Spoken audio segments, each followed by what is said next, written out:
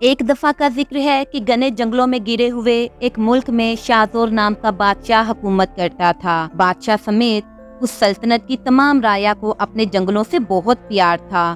وہ پیڑوں، چیلوں اور جانوروں سے بے انتہا محبت کرتے تھے۔ بادشاہ شاہزور کی ایک بیٹی تھی جس کا نام شہزادی معروف تھا۔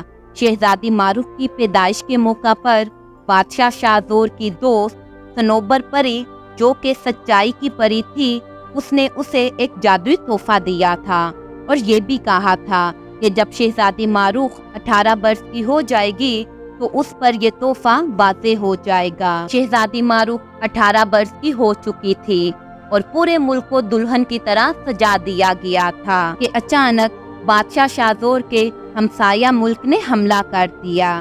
اس ملک کی ملکہ ایک ظالم جادوگرنی تھی۔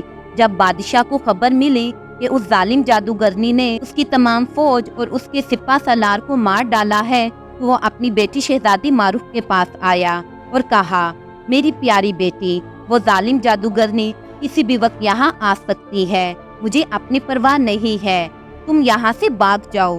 یہ سن کر شہزادی معروف رونے لگی اور بولی، نہیں ابا حضور، میں آپ کو چھوڑ کر کہیں نہیں جاؤں گی۔ تو بادشاہ بولا، بیٹی، وہ جادوگرنی بہت ظالم ہے اور مجھے ڈر ہے کہ کہیں وہ تمہیں غلام نہ بنا لے۔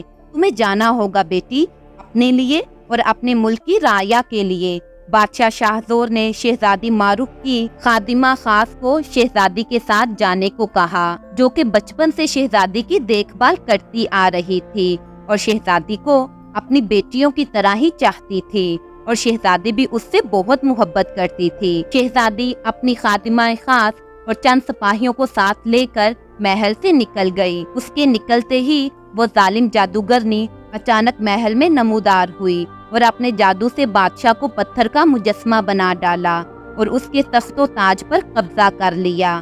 وہ شہزادی معروف کی تلاش میں تھی کیونکہ وہ جانتی تھی کہ شہزادی معروف ایک عام لڑکی نہیں تھی۔ شہزادی معروف اپنی خادمہ خاص اور سپاہیوں کے ساتھ چھپتے چھپاتے جنگل کے قریب ایک چھوٹے سے گاؤں میں پہنچ گئی تھی۔ ایک گھر کے سامنے جا کر وہ خادمہ رک گئی اور بولی، آئیے شہزادی صاحبہ، یہ میرا غریب خانہ ہے، میں جانتی ہوں یہ آپ کے رہنے کے قابل نہیں ہے۔ تو شہزادی فوراً بولی، ہمیں صرف ابھی اس ظالم جادوگرنی سے چھپنے کی ضرورت ہے، چلے اندر چلتے ہیں۔ وہ رات شہزادی اور خادمہ خاص نے جاگتے ہوئے گزاری۔ صبح ہو گئی اور جب شہزادی کو خبر ملی کہ اس ظالم جادوگرنی نے اس کے ملک پر قبضہ کر لیا ہے اور اس کے والد کو پتھر کا مجسمہ بنا ڈالا ہے تو وہ رونے لگ گئی اور اس کے آنسو زمین پر گرنے کی بجائے ہوا میں ہی معلق ہونے لگے تھے اور ان میں طرح طرح کی نایاب چیزوں کی، جیسے کہ نایاب پتھر، نایاب پھول اور نایاب جڑی بوٹیاں، ان کے عکس جلملانے لگے تھے۔ جیسے ہی خادمہ خاص نے اس کمرے میں قدم رکھا تو وہ یہ دیکھ کر حیران رہ گئی اور خوفزدہ ہوتے ہوئے چلائی، شہزادی صاحبہ۔ جیسے ہی شہزادی نے اپنی نظر اوپر اٹھائی تو وہ بھی یہ دیکھ کر حیران رہ گئی کہ اس کے سامنے اس کے آنسو ہوا میں تیر رہے تھے اور اس میں طرح طرح کی چیزوں کے عکس بن رہے تھے۔ یہ دیکھ کر خادمہ خاص کو یاد آ گیا اور وہ چلائی، سچائی کی پری صنوبر کا تحفہ جو انہوں نے آپ کو آپ کی پیدائش کے موقع پر دیا تھا۔ پوری سلطنت پری کے اس تحفے سے واقف تھی۔ شہزادی نے کھڑا ہونے کی کوشش کی لیکن وہ اپنے آپ کو بہت ہی کمزور محسوس کرنے لگی تھی۔ خادمہ خاص نے آگے بڑھ کر شہزادی معروف کو اٹھایا اور بستر پر لٹا دیا اور بولی، شہزادی صاحبہ، آپ کے آنسو کوئی عام آنسو نہیں ہے بلکہ یہ جادوئی آنسو ہے جن میں دنیا کے ہر درد کی دوا موجود ہے۔ انہیں اس گاؤں میں 2 ہفتے ہو چکے تھے۔ خادمہ خاص صحیح تھی، شہزادی کے جادوئی آنسوؤں میں بہت طاقت تھی۔ ایک دن ایک گاؤں کی عورت روتے ہوئے شہزادی کے پاس آئی اور بولی، شہزادی صاحبہ، میرے بیٹے پر شیر نے حملہ کر دیا ہے، مہربانی کر کے ہماری مدد کریں۔ یہ سن کر شہزادی اور اس کی خادمہ خاص اس عورت کے زخمی بیٹے کے پاس گئیں۔ اس کے بیٹی کی طرف دیکھتے ہوئے شہزادی معروف بولی، فکر مت کریں آپ، آپ کا بیٹا بالکل ٹھیک ہو جائے گا۔ یہ بول کر شہزادی رونے لگی۔ جیسے جیسے اس کے آنسو اس گھائل لڑکے کے زخموں پر گر رہے تھے، اس کے زخم بڑھتے جا رہے تھے، لیکن اس کے بعد شہزادی بے ہوش ہو کر گر پڑی تھی۔ شہزادی معروف اپنی طاقت کو کنٹرول نہیں کر پا رہی تھی۔ اسی گاؤں میں ایک عقل مند بوڑھا بھی رہتا تھا۔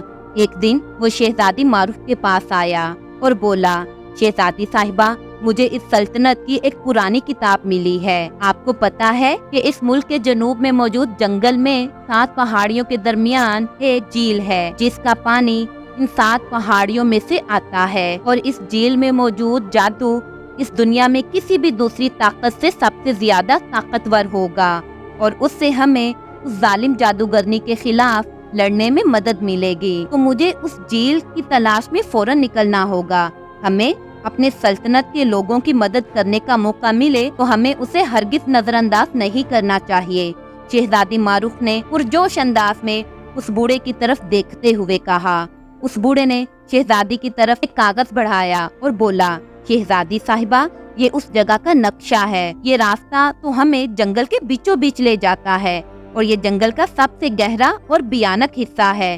شہزادی نے اس نقشے کو دیکھتے ہوئے کہا تو بوڑھا بولا، ہاں شہزادی صاحبہ، یہ راستہ بہت خطرناک ہے اور پر اسرار جنگلی جانوروں سے بڑا پڑا ہے۔ آپ کو اس جادوئی جھیل تک پہنچنے کے لیے اسی پرخطر راستے کو پار کرنا ہوگا۔ اگلے ہی دن شہزادی نے اپنے سپاہیوں کو ساتھ لیا اور جنگل کی طرف چل پڑی۔ مجھے افسوس ہے برقع جادوگرنی کہ ہمارے سارے سپاہی ابھی تک چاہتے ہوئے بھی شہزادی معروف کو ڈھونڈنے میں ناکام رہے ہیں۔ جادوگرنی نے اپنے ملازم کی بات سنی تو غصے سے چلا اٹھی، میرا جادو بھی شہزادی معروف کا پتہ لگانے میں ناکام ہے۔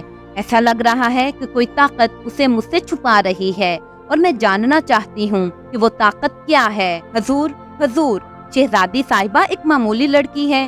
تو جادوگرنی غصے سے اس کی بات کاٹتے ہوئے بولی، تم اور تمہاری چھوٹی سوچ شہزادی کو معمولی لڑکی سمجھنے کی غلطی کر سکتے ہیں، لیکن برقع جادوگرنی نہیں۔ شہزادی معروف، تم مجھ سے کب تک بچتی رہو گی؟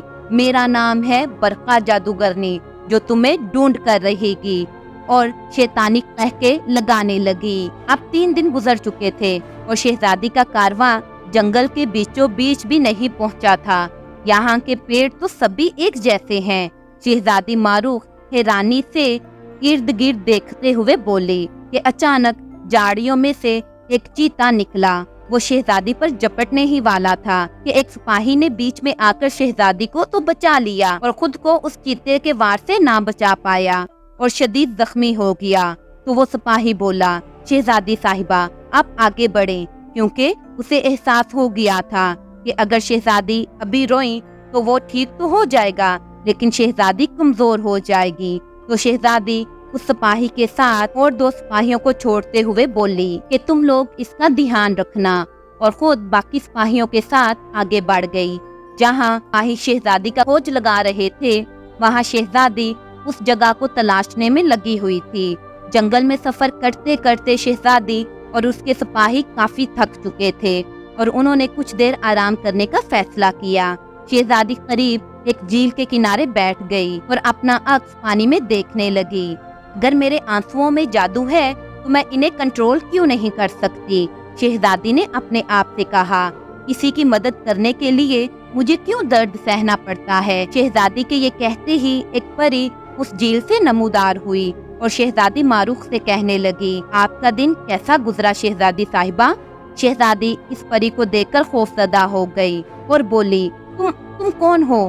تو وہ پری ہنستے ہوئے بولی، آپ کے پاس دنیا کا سب سے خطرناک ہتھیار ہو اور پھر بھی آپ اسے استعمال نہیں کر سکتے۔ میں سچائی کی پری ہوں اور میرا نام ہے پری صنوبر، اور سچائی کو کوئی ہرا نہیں سکتا۔ شہزادی صاحبہ، اسے صرف محسوس کیا جا سکتا ہے، میں سمجھی نہیں۔ شہزادی معروف بولی، پانی میں یادیں چھپی ہوتی ہیں شہزادی، آپ کے آنسو درد سے نکلتے ہیں، اور درد ہمیشہ ہمیں کچھ بتانے کی کوشش کرتا ہے۔ آپ کو اپنے ڈر کو چھوڑنا ہوگا اور آپ کو اپنے جادو کے سامنے ڈٹ کر کھڑا ہونا ہوگا۔ مجھے دکھ رہا ہے کہ آپ باہر کی دنیا میں بہت ہمت والی اور بہادر ہیں،